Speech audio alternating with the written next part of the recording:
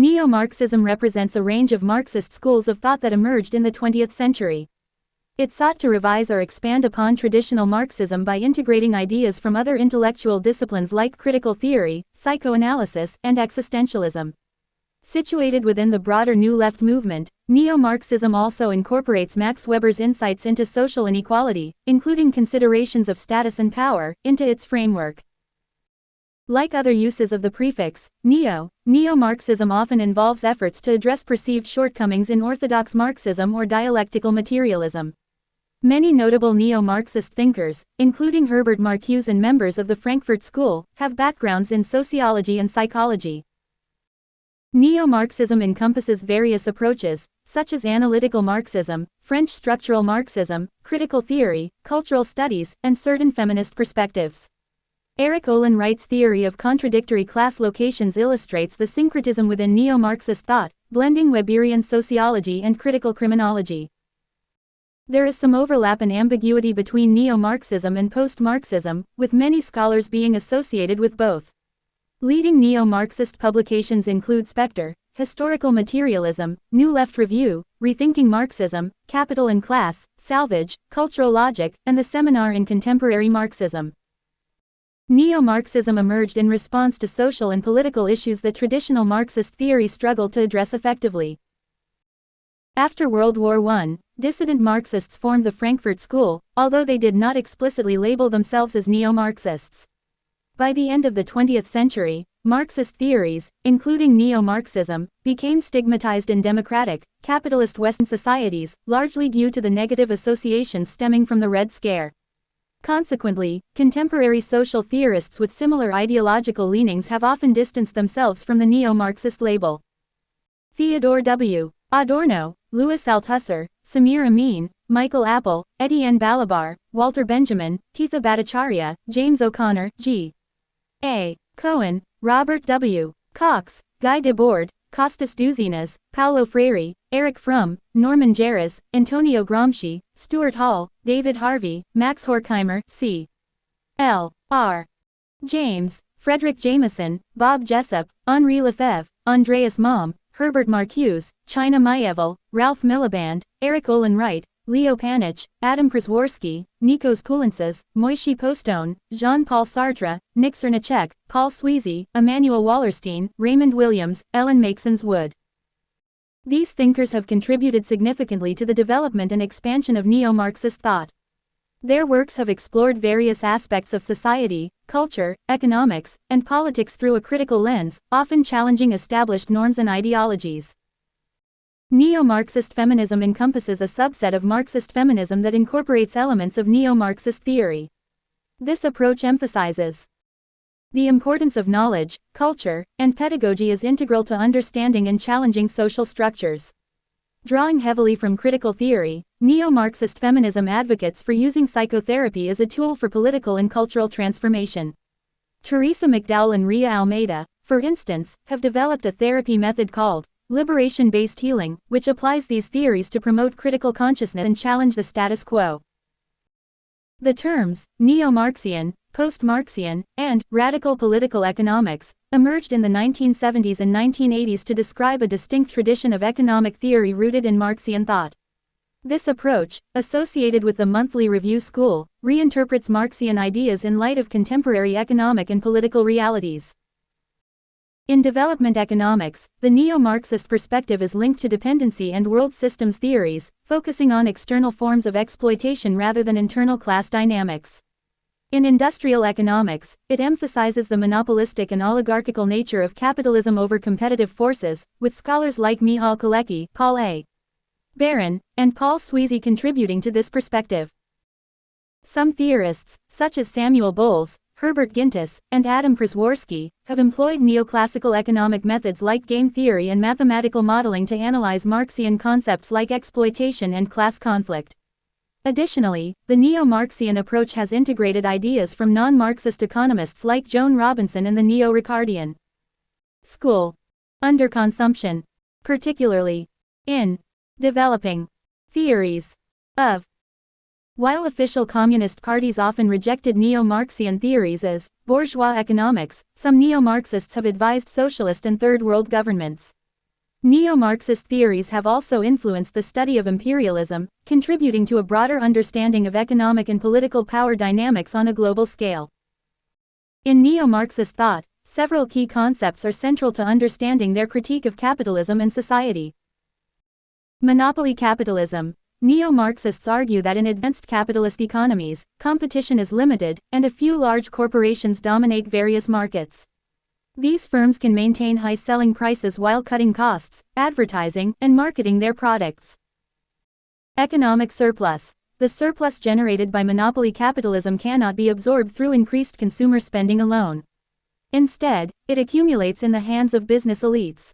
This surplus is often channeled into imperialistic and militaristic government tendencies to utilize excess productive capacity. Exploitation. Neo-Marxists highlight exploitation, particularly focusing on low-wage workers and marginalized groups, including minorities. They argue that the drive for production under capitalism can destroy human relationships, leading to alienation and hostility. Irrationality of the system. While individuals within the capitalist system may make rational decisions, the overall system is seen as largely irrational. This irrationality stems from the systemic goals of capital accumulation and profit maximization, which can conflict with broader societal needs and values. Keynesian full employment policies. Neo-Marxists suggest that the capitalist system can maintain stability through policies that ensure full employment, such as those advocated by economist John Maynard Keynes. However, they also warn of the destabilizing effects of less developed countries breaking free from neo-colonial domination.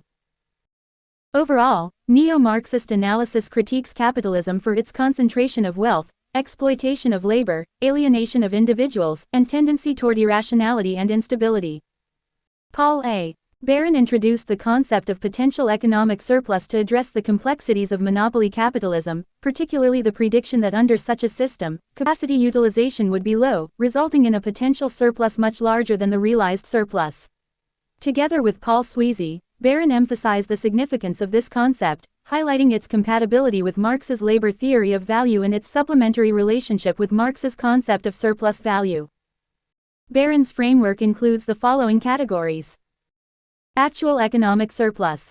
This is the difference between society's actual current output and its actual current consumption, equivalent to current savings or accumulation. Potential economic surplus. This is the difference between the output that could be produced in a given natural and technical environment with employable productive resources and what might be considered essential consumption. Barron also introduced the concept of planned surplus, which could only be realized in a rationally planned socialist society. This concept is defined as the difference between societies' optimum output in a given natural and technological environment under conditions of planned optimal utilization of all available productive resources and a chosen optimal volume of consumption. Barron used these surplus concepts to analyze underdeveloped economies, now often referred to as developing economies, in his work, Political Economy of Growth. Here is a list of academic journals associated with neo-Marxist thought. Spectre. Historical Materialism. Rethinking Marxism. Capital and Class. Salvage. Cultural Logic. Seminar in Contemporary Marxism. Post-marxism is a critical social theory perspective that offers a radical reinterpretation of traditional Marxism. It seeks to address and counter several perceived shortcomings of classical Marxism, including economism, historical determinism, anti-humanism, and class reductionism, while still advocating for the construction of socialism.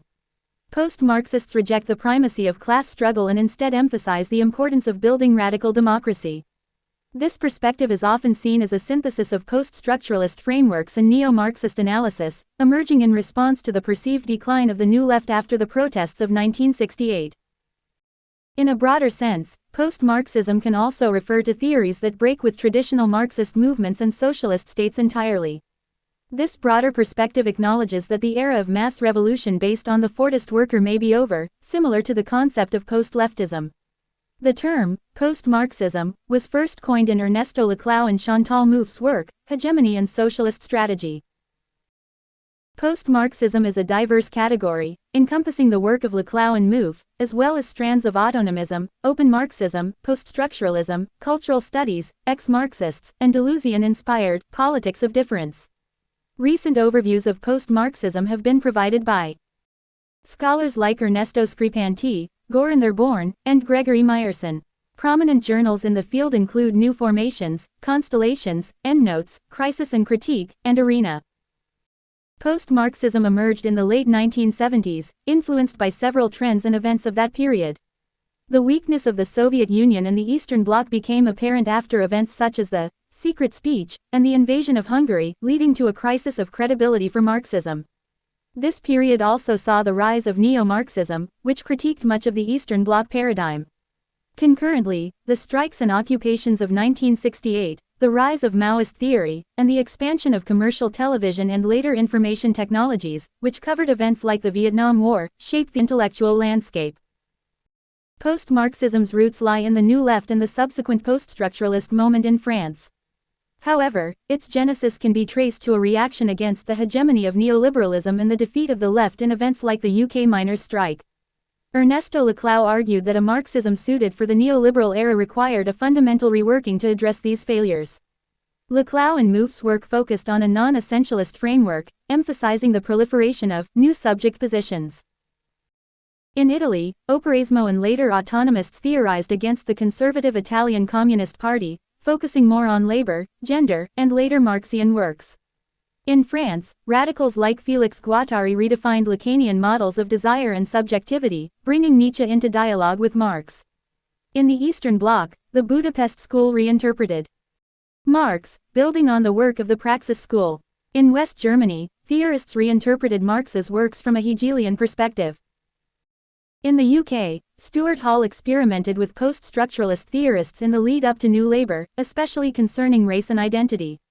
John Holloway sought a middle ground between Althusserian structural Marxism and theorists of monopoly capitalism. In the US, Michael Hart collaborated with Antonio Negri on Empire, seen as a consolidation of post-Marxist ideas. Harry Cleaver produced innovative readings of Capital, and Moishe Postone reaffirmed Marx's central concepts. In radical feminist theory, the term post-Marxism can have different connotations.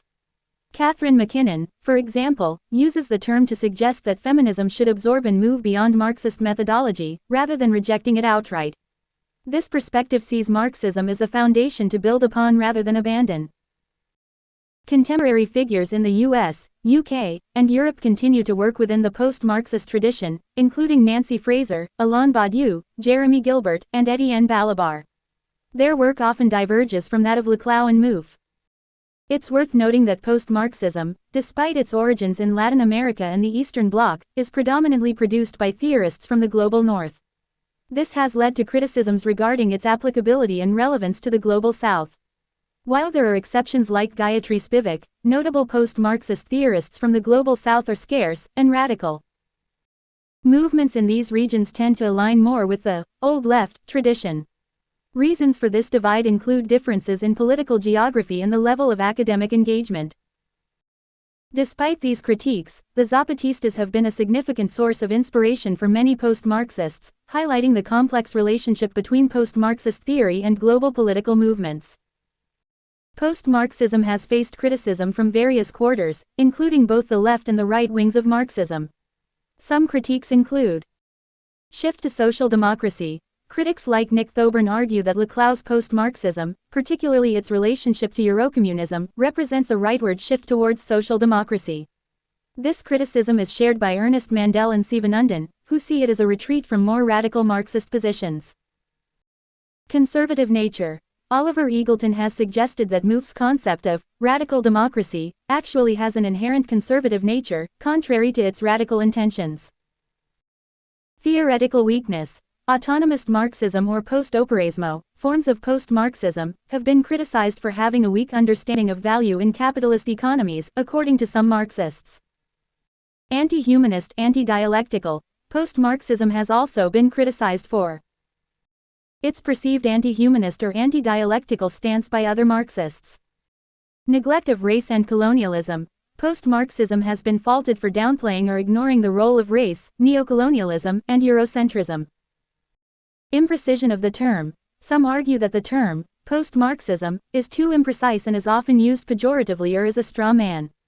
Few Marxists self-identify as post-Marxists, regardless of their engagement with post-structuralist theories or reinterpretations of Marx.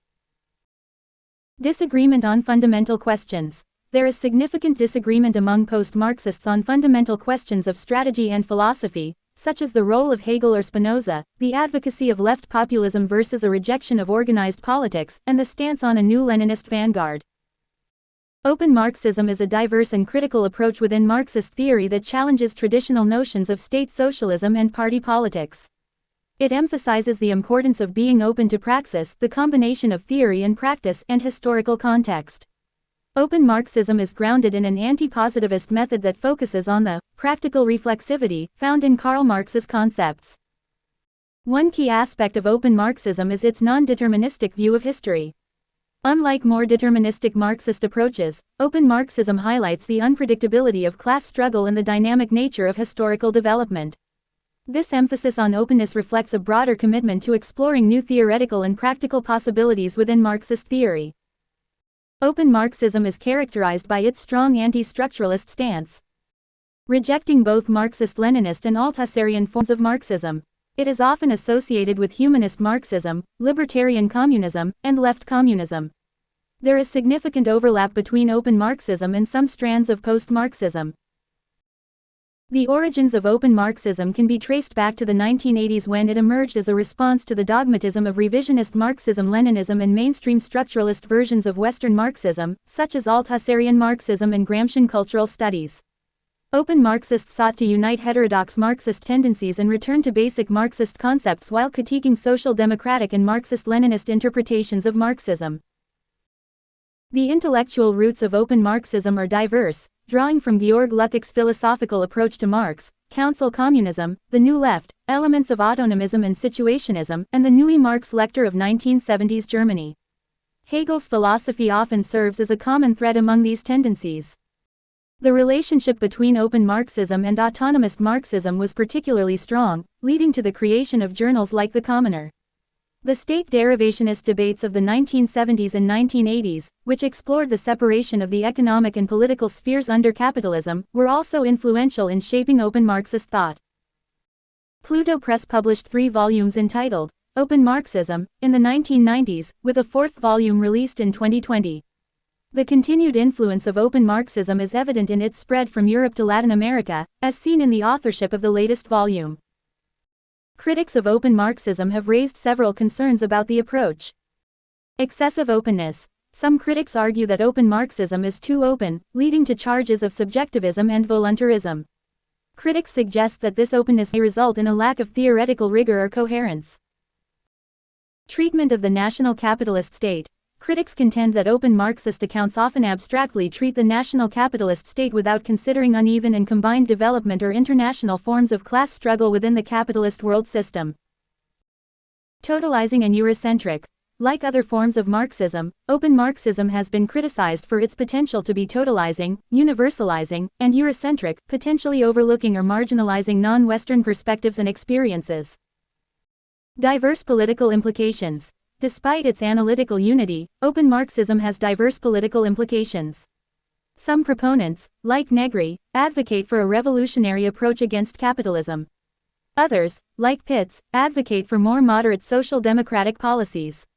Still, others, such as Hall, propose a left populism and Eurocommunism.